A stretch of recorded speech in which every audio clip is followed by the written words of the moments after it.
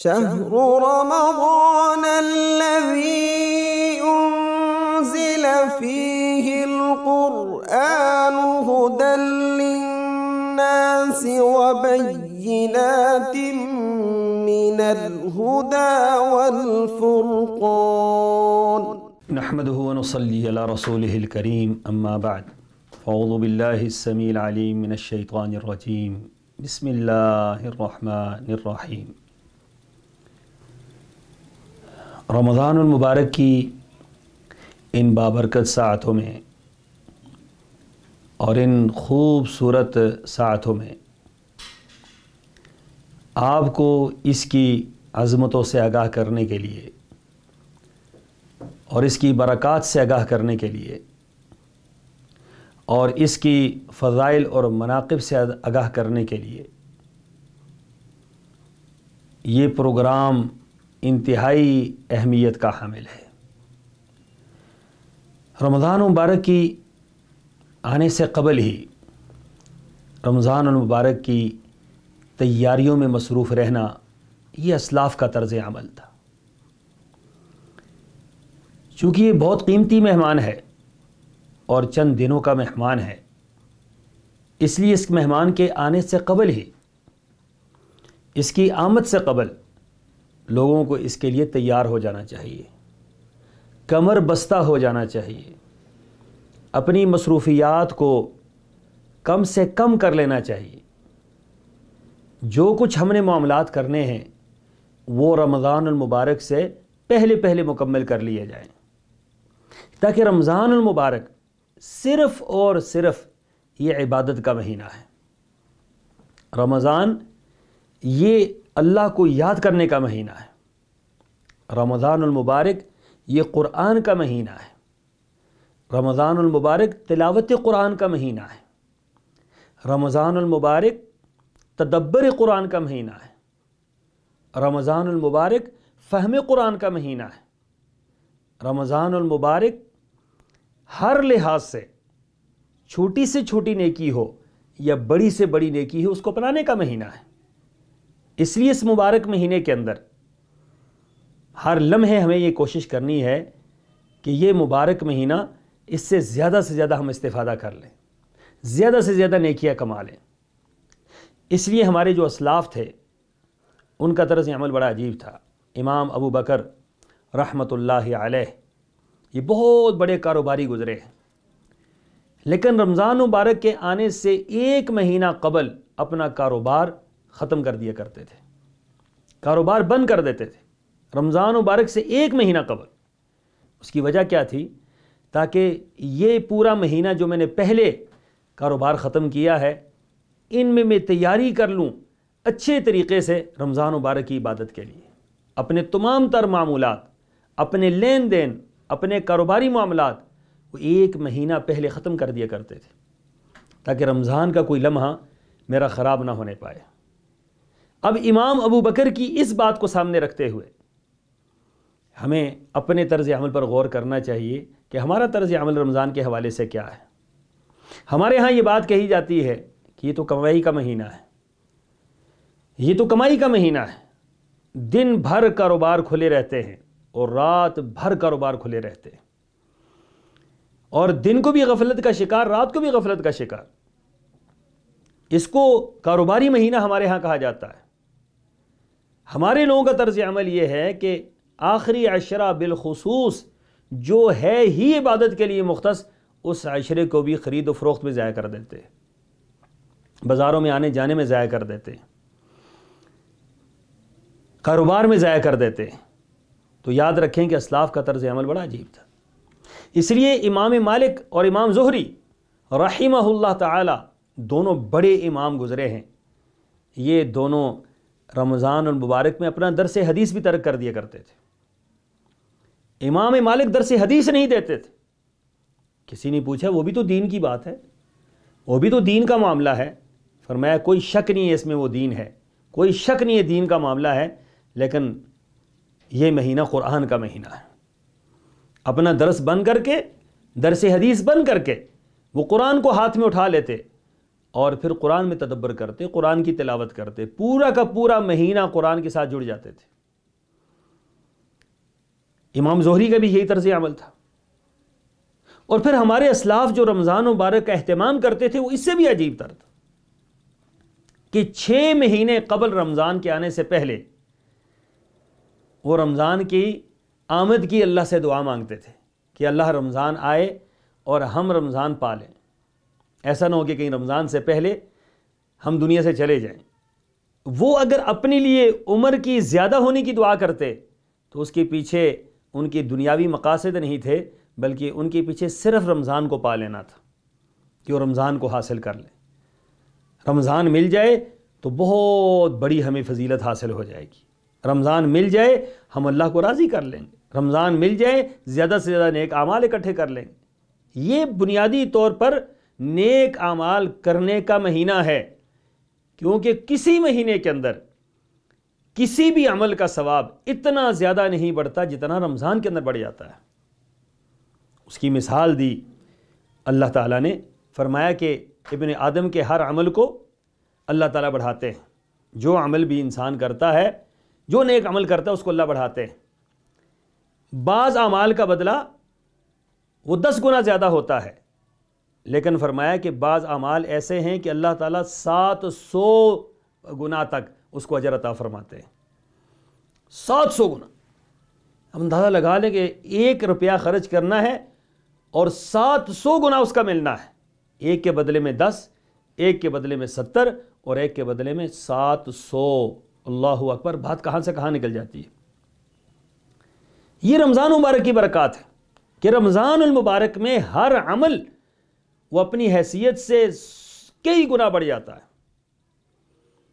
عام دنوں میں آپ نماز پڑھیں گے تو آپ کو نماز کا ثواب ایک ہی نماز کے بدلے میں ملے گا۔ یہ جماعت کے ساتھ پڑھیں گے 25 اور 27 نمازوں کا ثواب ملے گا، لیکن رمضان المبارک آپ کے اخلاص کی وجہ سے، آپ کی محنت کی وجہ سے، تعلق باللہ کی وجہ سے، اللہ کی محبت کی وجہ سے یہ کئی گنا زیادہ ہو جائے گا، اور اس کی کوئی مثال نہیں دی گئی کہ کتنا زیادہ ہوگا، کیونکہ رمضان مبارک میں جو روزہ دار ہے اس کے اجر کی کوئی حد نہیں۔ حدیث مبارکہ کے الفاظ ہیں، اللہ تعالیٰ فرماتے ہیں کہ بنی آدم کا ہر عمل اس کے لیے ہے، اور یہ جو روزہ ہے یہ میرے لیے ہے۔ الصوم لی وانا اجزی بہ، روزہ میرے لیے ہے، جب یہ میرے لیے ہے تو میں نے ہی اس کی جزا دینی ہے، میں نے ہی اس کا بدلہ دینا ہے۔ اور جب اللہ کسی عمل کی نسبت اپنی طرف کرتے ہیں تو اس کا معنی یہ ہوتا ہے کہ وہ مالک الملک، وہ خزانوں کا مالک، پتہ نہیں اس کے بدلے میں کیا سے کیا دے دے۔ ایک روزے کے بدلے میں ہو سکتا ہے، ایک روزے کے بدلے میں ہماری زندگی کے سارے گناہ معاف ہو جائیں، ایک روزے کے بدلے میں ہماری زندگی کی ساری خطائیں ختم ہو جائیں، ایک روزے کے بدلے میں اللہ ہمیں جنت عطا کر دے۔ اس لیے اللہ نے اس کے اجر کو پوشیدہ رکھا، ہر چیز کا اجر بیان ہوا ہے، نماز کا یہ اجر ہے، زکوٰۃ کا یہ اجر ہے، حج کا یہ اجر ہے، لیکن روزے کا کوئی اجر بیان نہیں ہوا۔ اس لیے ابو امامہ رضی اللہ تعالیٰ عنہ وہ فرماتی ہیں کہ میں نے رسول اللہ صلی اللہ علیہ وسلم سے پوچھا کہ اللہ کے رسول صلی اللہ علیہ وسلم مجھے کوئی عمل بتلائیں جو میں کروں اور بے مثال عمل ہو، کوئی اس کی مثال نہ ہو۔ تو آپ نے فرمایا کہ علیک بالصیام فإنہ لا عدل لہ، میں تو روزہ رکھا کر، روزے کا متبادل کوئی عمل نہیں، یعنی روزے کا متبادل کوئی عمل بھی نہیں، دنیا کا بڑے سے بڑا عمل ہو روزے کا مقابلہ نہیں ہو سکتا ہے۔ اس لیے روزہ رکھنا اور رمضان المبارک کے اندر رکھنا اور رمضان المبارک کو پا لینا یہ بہت بڑی سعادت مندی کی بات ہے۔ اسلاف اس کے لیے دعائیں مانگتے تھے، 6 مہینے پہلے دعائیں مانگتے تھے کہ اللہ رمضان المبارک کی سعادت سے ہمیں محروم نہ کرنا، اور جب رمضان المبارک گزر جاتا تو پھر 6 مہینے تک اس فکر میں لگے رہتے کہ پتہ نہیں ہم نے رمضان کیسے گزارا ہے۔ گویا پورا سال، اسلاف کا پورا سال رمضان کے ارد گرد گھومتا تھا کہ رمضان ہمارا کیسے گزرا ہے۔ جب رمضان نہیں آیا تو اس کے لیے دعائیں مانگ رہے ہیں اللہ کرے آ جائے، جب آ گیا اس کے اندر محنت کی، کوشش کی، ہر لحاظ سے عمل کیا، اور جب وہ گزر گیا پھر اس پر پریشان ہوئے کہ پتہ نہیں اس کا حق ادا کیا ہے یا نہیں کیا ہے۔ تو یہ ہمارے اسلاف کا طرز عمل تھا، اور یہ کیوں نہ ہو، رمضان مبارک بہت قیمتی لمحات، بہت قیمتی۔ حدیث کے اندر ایک واقعہ موجود ہے کہ رسول اللہ صلی اللہ علیہ وسلم کے مبارک زمانہ میں ایک شخص 1 سال پہلے فوت ہوا اور وہ شہید ہوا تھا، وہ اللہ کی راہ میں شہید ہوا تھا۔ دوسرا جو اس کا دوست تھا وہ 1 سال کے بعد وہ فوت ہوتا ہے، وہ تبھی موت مرتا ہے۔ اور دیکھا یہ گیا کہ وہ جو تبھی موت مرا ہے وہ اس سے پہلے جنت میں چلا گیا یا اس سے بلند مقام میں ہے وہ۔ تو یہ کیا ماجرا ہے کہ وہ تو شہید ہوا ہے اور اس کا مقام کم ہے، اور یہ جو 1 سال کے بعد جا رہا ہے اس کا مقام زیادہ ہے، اس کی کیا وجہ ہے؟ تو رسول اللہ صلی اللہ علیہ وسلم کو پوچھا گیا تو آپ نے فرمایا کہ کیا اس کی زندگی میں ایک اور رمضان نہیں آیا؟ اس رمضان مبارک کے اندر اس نے روزے نہیں رکھے، اس رمضان المبارک کے اندر اس نے نیکیاں نہیں کی، اس رمضان مبارک کے اندر اس نے جو نیک اعمال کیے، اس نے جو نیکیاں کی، اس نے اللہ کو راضی کیا، اس وجہ سے وہ شہید سے بھی آگے بڑھ گیا۔ کتنی عجیب بات ہے کہ رمضان المبارک کے اندر کیا ہوا عمل کہاں سے کہاں پہنچ جاتا ہے۔ اس لیے یاد رکھیں کہ رمضان المبارک کے آنے سے قبل اس کی تیاری پہلے ہونی چاہیے۔ اپنے تمام تر جو آپ نے معمولات زندگی کرنے ہیں وہ رمضان مبارک سے پہلے کر لیں۔ اپنی جو خریداریاں کرنی ہیں وہ رمضان مبارک سے پہلے کر لیں۔ جو راشن لانا ہے وہ رمضان مبارک سے پہلے لے آئیں۔ جو باقی معاملات کرنے ہیں وہ رمضان مبارک سے پہلے کر لیں، اور رمضان مبارک میں تمام کا تمام وقت وہ اللہ کے دین کے لیے اور عبادت کے لیے وقف کریں۔ تو رسول اللہ صلی اللہ علیہ وسلم نے فرمایا تمہارے اندر رمضان آ رہا ہے، شہر مبارکن، یہ بہت مبارک مہینہ ہے، بہت مبارک مہینہ ہے۔ جب کسی مہینے کو مبارک کہا جاتا ہے معلوم یہ ہوتا ہے کہ یہ کوئی بہت عظیم مہینہ ہے۔ پھر فرمایا کہ فرض اللہ عز وجل علیکم صیامہ، اللہ تعالیٰ نے اس رمضان مبارک کے مہینے کے اندر تمہارے اوپر روزے فرض کر دیے ہیں۔ پھر اس مہینے کی کچھ خاص باتیں ہیں جو کسی اور مہینے کے اندر نہیں۔ تفتح فیہ ابواب السماء، آسمان کے دروازے اللہ اس مہینے کے اندر کھول دیتا ہے۔ آسمان کے دروازے پورا سال بند رہتے ہیں، اور آسمان میں بے شمار دروازے ہیں، اور یہ جو دروازے ہیں یہ فرشتوں کی آمد و رفت کو قائم رکھتے ہیں۔ فرشتے آ رہے ہیں اور فرشتے جا رہے ہیں۔ صبح کے فرشتے آتے ہیں، شام کے فرشتے آتے ہیں، صبح کے جاتے ہیں، شام کے آتے ہیں، پھر طرح طرح کی فرشتوں کی ڈیوٹیاں ہیں۔ آسمان کے دروازے ہیں اور ان دروازوں کو بند رکھا جاتا ہے پورا سال، لیکن رمضان مبارک کے اندر ان دروازوں کو کھول دیا جاتا ہے کہ اللہ کی رحمت برستی رہے اور اعمال اوپر چڑھتے رہیں، اللہ کی رحمت اترتی رہے اور نیکیاں اوپر چڑھتی رہیں، کسی قسم کی نیکی میں تاخیر نہ اوپر چڑھنے میں۔ ویسے صبح کی نیکی شام کو چڑھتی ہے اور شام کی نیکی صبح کو چڑھتی ہے، لیکن یہاں پر معاملہ ایسا ہے رمضان کے اندر کہ جس وقت نیکی کی جائے اسی وقت اوپر چڑھ جاتی ہے، جس وقت نیکی کی جائے اسی وقت قبول ہو جاتی ہے، جس وقت نیکی کی جائے اسی وقت اس کا اجر مل جاتا ہے۔ یہ رمضان مبارک کی برکات ہے۔ اس لیے فرمایا کہ آسمان کے دروازے کھول دیے جاتے ہیں، آسمان کے دروازے بند نہیں ہوتے، جو پورا سال بند ہوتے ہیں رمضان المبارک کے اندر ان دروازوں کو کھول دیا جاتا ہے۔ اور پھر فرمایا کہ تفتح فیہ ابواب الجنہ، اس مبارک مہینے کے اندر جنت کے دروازے بھی کھول دیے جاتے ہیں۔ اور ان دروازوں کا کھلنے کے کیا مقصد ہے؟ آپ کسی کے لیے دروازے کیوں کھول کے رکھتے ہیں؟ کسی عظیم مہمان کے لیے، کسی بڑے مہمان کے لیے، کسی خوبصورت مہمان کے لیے، کسی عزت دار مہمان کے لیے آپ ہمیشہ اپنے گھر کے دروازوں کو کھلا رکھتے ہیں۔ یہ ہمیشہ کہا جاتا ہے کہ ہمارے گھر کے دروازے آپ کے لیے ہر وقت کھلے ہیں۔ اس کا کیا معنی ہے؟ اس کا معنی یہی ہے کہ جب چاہیں آپ آ جائیں۔ تو یہ رمضان المبارک کے اندر جنت کے دروازے اللہ کھول دیتا ہے کہ جو بندہ میرا چاہے جب چاہے اس دروازے سے اندر داخل ہو سکتا ہے، لیکن یہ وہی داخل ہوگا جو رمضان مبارک کی عظمت کو سمجھے گا، یہ وہی داخل ہوگا جو رمضان المبارک کی قدر کو جانے گا، یہ وہی داخل ہوگا جو رمضان مبارک کے اندر زیادہ سے زیادہ نیکیاں کرے گا۔ تو پھر فرمایا خوشخبری ایک اور دی، وَتُغْلَقُ فِيهِ أَبْوَابُ الْجَحِيمِ، فرمایا کہ اس مبارک مہینے کی ایک بڑی برکت یہ ہے اور بڑی خیر یہ ہے کہ جہنم کے دروازے جو پورا سال کھلے رہتے ہیں، جب یہ مہینہ آتا ہے تو اللہ تعالیٰ اس مہینے کے اندر ان دروازوں کو بند فرما دیتے ہیں۔ اب یہ دروازے بند ہو جاتے ہیں، اب یہ دروازے بند ہیں۔ کتنا بد نصیب ہے وہ انسان کہ جو بند دروازوں کو کھلوانا چاہتا ہے۔ یہ شر کا دروازہ ہے، یہ خطرناک دروازہ ہے، یہ ہولناک دروازہ ہے، اس کے پیچھے جہنم کا ایندھن ہے، اس کے پیچھے آگ ہی آگ ہے، اس کے پیچھے عذاب ہی عذاب ہے۔ اللہ نے وہ دروازے بند کر دیے۔ اب کتنا بدنصیب انسان وہ ہے کہ جو بند دروازوں کو کھلوانا چاہتا ہے۔ اس لیے ہمیشہ دعا یہ کرنی چاہیے کہ اللہ ہمارے لیے جہنم کے دروازے تو نے رمضان کے اندر بند کیے، اللہ ہمیشہ ہمیشہ کے لیے بند فرما دے، اور جنت کے دروازے ہمارے لیے کھولیں، اللہ ہمیشہ ہمیشہ کے لیے کھول دے۔ تو اس بنا پر جہنم کے دروازے بند ہیں، تو بند دروازوں کا فائدہ اٹھائیے کہ اپنے رب کو راضی کر دیجیے۔ اور پھر ایک اور رمضان مبارک کی برکت اور خیر یہ ہے، فرمایا کہ تمہارا جو ازلی اور ابدی دشمن ہے شیطان، وہ شیطان اللہ نے قید کر لیا ہے، شیطان کو جکڑ دیا گیا ہے، شیطان کو اللہ نے مقید کر لیا ہے، زنجیروں سے جکڑ دیا گیا ہے۔ اب وہ تمہارا دشمن تھا، وہ تمہیں ہر جگہ بہکانے کی کوشش کرتا، جس نے قسمیں کھائی ہیں اللہ تعالیٰ کے سامنے کہ اللہ میں ہر حال میں اس کو گمراہ کروں گا، میں ہر حال میں اس کو پھسلاؤں گا، میں ہر حال میں تیری بغاوت کرواؤں گا، میں برائیاں کرواؤں گا، اس سے میں اس کو وسوسے ڈالوں گا۔ رمضان مبارک کے آتے ہی اللہ تعالیٰ اس کو مقید کر دیتے ہیں، قید کر دیتے ہیں۔ اب وہ قید ہے، زنجیروں میں جکڑا ہوا ہے اور آپ آزاد ہیں۔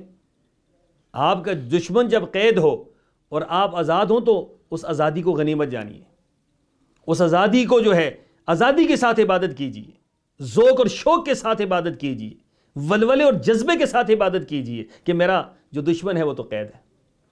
شیطان جو ہمارا دشمن ہے، جس نے قسمیں کھائی ہیں کہ میں ان کے بائیں سے آ کر گمراہ کروں گا، میں ان کے دائیں سے آ کر گمراہ کروں گا، میں ان کے آگے سے آ کر گمراہ کروں گا، ان کے پیچھے سے آ کر گمراہ کروں گا، ان کے دل میں وسوسے ڈالوں گا، الذی یوسوس فی صدور الناس، فرمایا ان کے دل کے اندر وسوسے ڈالوں گا۔ تو یہ ساری کی ساری چیزیں جو شیطان نے جو عہد کیا ہوا ہے، جو پیمان کیا ہوا ہے شیطان نے، قسمیں کھائی ہوئی ہیں شیطان نے کہ لأغوینہم اجمعین، اس نے کہا کہ ضرور بالضرور میں ان کو گمراہ کروں گا اور سب کے سب کو گمراہ کروں گا۔ تو شیطان قید ہے، ہمارا دشمن قید ہے، اس کو اللہ نے جکڑ دیا ہے۔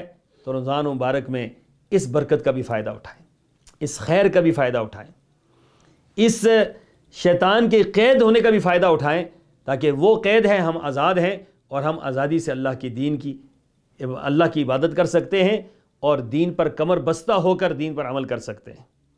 تو رمضان مبارک کے اندر ہر لمحے اس رمضان مبارک کے مہینے کو کسی صورت میں ضائع نہ ہونے دیں، اپنے اوقات کار کو مرتب کریں، اور اوقات کار کو مرتب کرنے کا ایک بہترین طریقہ یہ ہے کہ آپ اپنے تمام تر معاملات نماز کے ارد گرد کر دیں، کہ جو وقت نماز کا ہے اس وقت کو لے کر آپ اپنے سارے معمولات کو کر لیں۔ قرآن پاک کی کتنی تلاوت کرنی ہے طے کر لیں کہ میں نے رمضان مبارک کے اندر کتنے قرآن پاک جو ہیں وہ پڑھنے ہیں، میں نے 2 قرآن پاک، 3 قرآن پاک، 4، 5، 6 جتنے بھی قرآن پاک ختم کرنے ہیں، قرآن پاک کو پڑھیے، تلاوت کیجیے، اور پھر قرآن پاک پر غور و فکر کیجیے۔ غور و فکر کرنا یہ بھی عبادت ہے، اللہ کے احکامات میں غور و فکر کرنا۔ اللہ نے جو قرآن اتارا ہے اس قرآن پاک کے اندر جو احکامات ہیں اس پر غور و فکر کرنا، اور پھر جو غور و فکر کے نتیجے میں جو بات سامنے آتی ہے وہ عمل آتا ہے کہ اس کے مطابق عمل کرنا ہے۔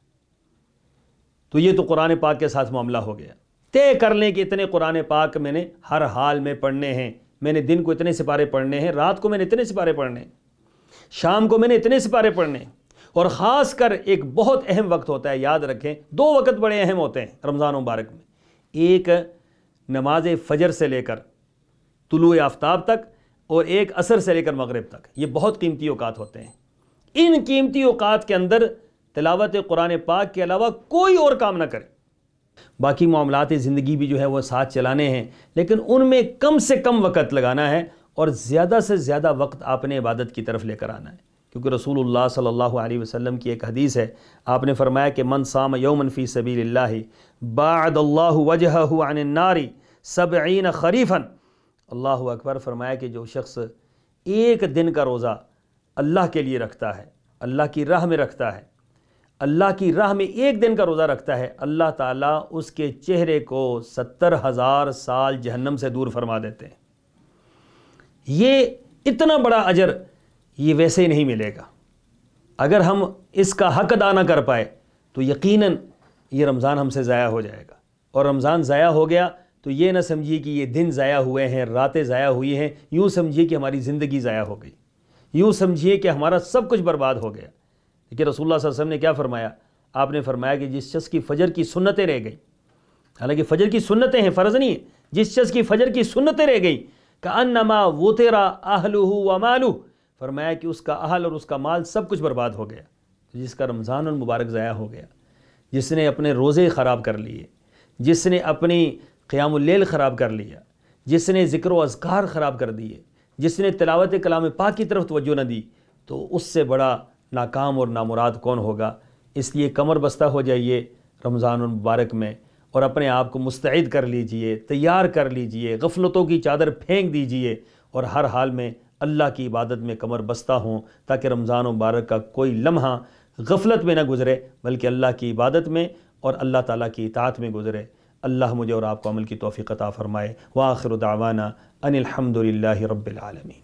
شهر رمضان الذي أنزل فيه القرآن هدى للناس وبينات من الهدى والفرقان